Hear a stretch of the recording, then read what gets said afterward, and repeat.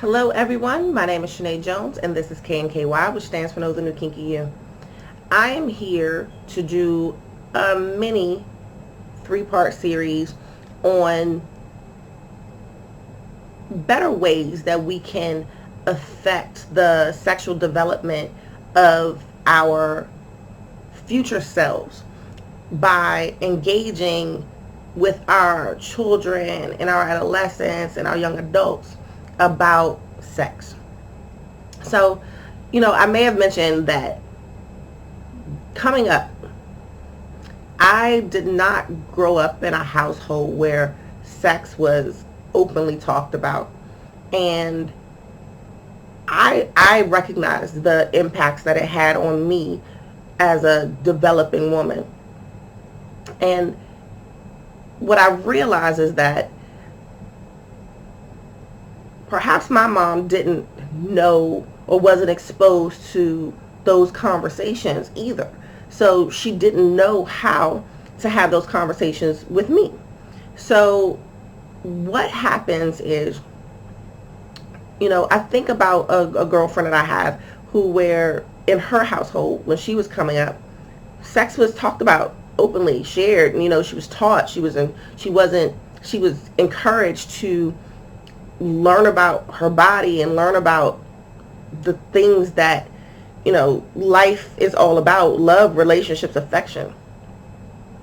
And so when I'm doing a coaching session, one of the first things that I do is send you a sexual history assessment, and it gives me some type of indication about what messages you received as a child and how they influence you as a person today. Now, many of us probably don't even think about it, right? That was your childhood. Unless there was some type of real trauma, that was your childhood. You lived your best life, and now you're an adult and you're doing your thing. Those messages, those images, those things in life impact us greatly. And we perhaps can't put our finger on it, but I will tell you, if you take a hard look and evaluate yourself and perhaps evaluate your children, especially if you have older children, grown children, evaluate how you communicated with them. This first part of the series is really talking about younger children. So I have a 7-year-old. And when I talk to her, I'm very deliberate about how I talk to her. And don't get me wrong, there's age-appropriate sex talk. And this is where this series is: age-appropriate talk. Now, this is me. You may not agree with me. And if you don't, please even comment and tell me why it is that you don't agree with me, or what it is that you do, or how it is that you feel. I want this to be a very dynamic and engaging. I know it's not quite interactive, but once we start talking through comments, we can start to build a story where, again, the goal is for us, all of us, to be able to learn from each other. Everybody's experience is not going to be the same, and there should be no expectation that it will be. But there are a lot of us that have, as adults, sexual issues that started as children. So, first thing, children need to be aware, and I'm talking younger children, right? Let's say 9 below. Let's keep it in the single digits. Especially when they're coming up. I am not a fan of nicknames for your genitalia. So I taught my daughter that her vagina is a vagina.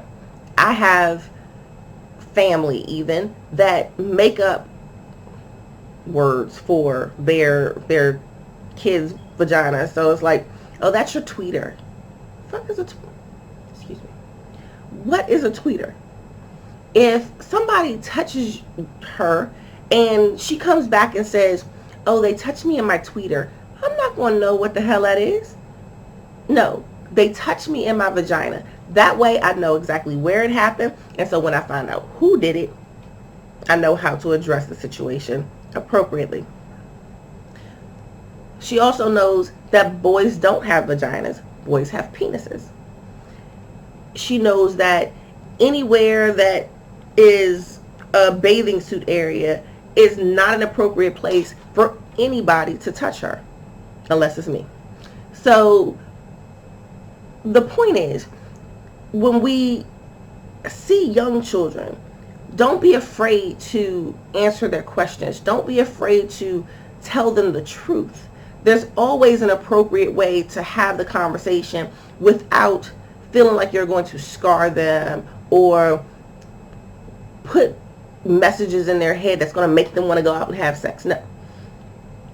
If you're in a relationship, especially if mom and dad are in the house or there are two adults living in the house, it's okay to be affectionate.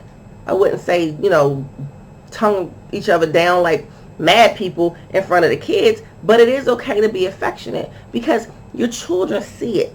It's affectionate towards each other. It's affection towards them. It's the seed that says it's okay to be loved and show love and give hugs and hold hands, and so they're not repressed later in life. You want them to see images of love and of togetherness so that they know that this is part of life. You have to balance who you are as a person. And I know, again, as a coach, that if you aren't comfortable with yourself, if you're not comfortable with your body, if you're not comfortable with talking about sex, you're not going to be comfortable talking about sex to your children. And you're going to potentially carry on the traits that you have. And as a mother, I know that I work on myself every day. I have personality things that I would like to improve about myself. There are, temperaments that I would like to improve about myself. I think that all of us should always be working to make ourselves better people. Whether it's at work, at home, in any of our relationships, in our education, in our careers. We need to do this. It's a necessity for it to happen. But if we don't start to recognize within ourselves those things that could be done better, then we're not going to be able to pass that information and pass those traits, those positive traits, down to our kids. So talking to your kids can possibly seem like a very hard thing, especially, again, especially little girls. It could be as early as 9, it could be as late as 16, even later, where you're coming on your cycle, and you might not know, damn, how do I talk to her about her cycle? Or this is the thing that kicks us all out, is that my baby's got her period, now she can have a baby. It's time to have the conversation.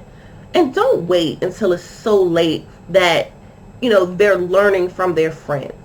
You want them to know this is your body. This is appropriate touch. This is, expectations out of a relationship. You want to start planting that seed and sowing that seed as early as you can that is age appropriate.